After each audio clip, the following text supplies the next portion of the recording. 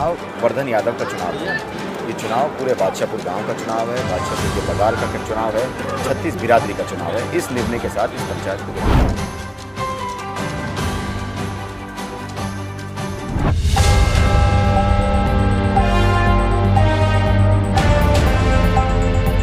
बादशाहपुर विधानसभा इलाके में 36 बिरादरी की महापंचायत का आयोजन किया गया।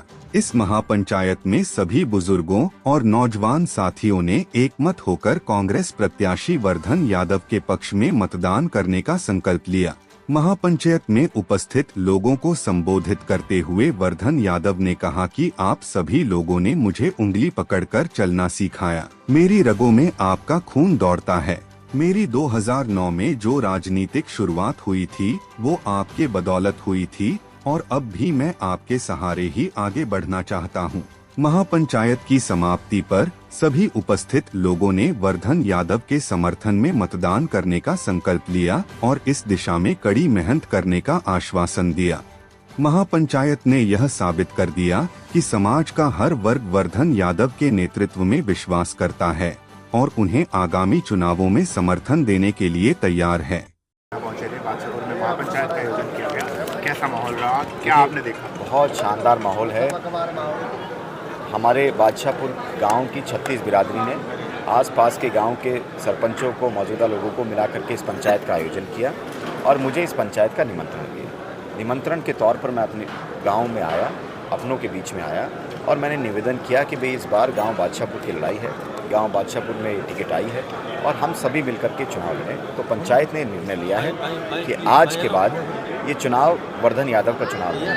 ये चुनाव पूरे बादशाहपुर गांव का चुनाव है, बादशाहपुर के बाजार का चुनाव है, 36 बिरादरी का चुनाव है। इस निर्णय के साथ इस पंचायत को विराम दिया गया है। वर्धन जी, टिकट हासिल करने का जो सफ़र रहा काफ़ी लंबा आपने बताया है, कितनी अड़चनें आई जिस समय टिकट वितरण हो रहा था, स्क्रीनिंग कमेटी बैठी थी? देखिए, ये तो स्वाभाविक सी बात है भाई के राष्ट्रीय पार्टी के चुनाव चिन्ह को लेकर के आना और वो भी लहर में, ऐसी लहर में जब पूरा प्रदेश ये देख रहा है कि भी कांग्रेस की सरकार बनने जा रही है, तो राष्ट्रीय पार्टी के चुनाव चिन्ह को हासिल करना अपने आप में एक बहुत बड़ा टास्क है। लेकिन उसके लिए मैं तैयार था, उसके लिए बहुत लंबे समय का संघर्ष था, बहुत मेहनत थी, जिसकी वजह से मुझे ये सम्मान कांग्रेस इस इलाके में कुछ नेताओं को, राजनीति का दानव कहा जाता है। कहते हैं कि दूसरे कॉम्पिटिटर को खा जाते हैं, कभी उनके प्रोग्राम को कैंसिल करने की कोशिश करते हैं तो कभी किसी और तरीके से।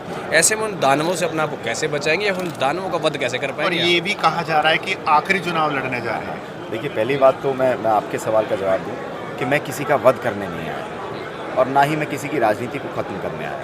मैं अपनी एक लंबी लकीर खींचने आया हूँ। अगर कुछ ऐसे लोग हैं जो राजनीति को अपने घर के, अपने परिवार तक ही सीमित रखना चाहते हैं, तो आज समय बदल चुका है, आज मतदाता बदल चुका है। ये इस क्षेत्र की जनता को तय करना है कि उन्हीं परिवारों के हाथ में राजनीति देनी है या इस राजनीति की व्यवस्था को आम साधारण परिवार के बच्चों से भी जो है इनके रास्ते से गुजरना चाहिए। तो निश्चित रूप से मुझे उम्मीद है कि इस बार बादशाहपुर की जनता बदलाव के मूड में है। मंच से आपने कहा कि आपने शिव महापारण पुराण का जो आयोजन किया गया था वो भी राजनीतिक षड्यंत्र का शिकार होना पड़ा, क्या कहेंगे इस बारे में? देखिए, ऐसा मुझे विश्वास नहीं था क्योंकि प्रशासनिक तौर पर हमने सभी जिम्मेदारियों को पूरा किया, सभी परमिशन हमने एडवांस में 1.5 महीने पहले लेकर के रखी और एक बहुत भव्य शिव महापुराण का आयोजन इस प्रदेश ने, इस गुड़गांव जिले ने देखा था, जो हम कभी नहीं सोच सकते। लेकिन रातों रात आकर के परमिशन कैंसिल कर देना, लोगों को धक्के मार करके निकालना, बहुत दुख हुआ ये देखकर। उसके पीछे जो भी कारण है, केवल इतना कहना चाहता हूँ कि ये गुड़गांव का अपमान था, शिव भक्तों का अपमान था। कब नामांकन दाखिल कर रहे हैं? क्या कुछ प्रोग्राम रहेगा? नामांकन हम कल दाखिल कर रहे हैं, लगभग 2:30 बजे के आसपास। हम पहले जो है SDM कार्यालय में जाकर के रिटर्निंग ऑफिसर को अपने नामांकन की जो प्रक्रिया है उसको पूरा करेंगे। उसके बाद 2:30 से 3 बजे के बीच में हम गांव बादशाहपुर में जो हमारा SPR रोड पर ऑफिस है उसमें सभा को संबोधित करने के लिए माननीय सांसद दीपेंद्र हुड्डा जी रहेंगे। ठीक। उनका मन था कि वर्धन बाबा भोलेनाथ का एक विशाल आयोजन हम करवाएं।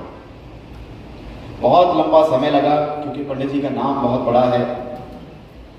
प्रदीप मिश्रा अपने आप में एक जगत गुरु हैं, अंतर्राष्ट्रीय कथावाचक हैं। लगभग 6 महीने लगे उनका कथा का समय लेने पर। समय भी मिला, समय के साथ साथ प्रशासन की सारी अनुमतियां भी ली 1.5 महीना लग गया साहब अध्यक्ष जी परमिशन लेने में, और फिर एक विशाल आयोजन की तैयारी भी हमने की।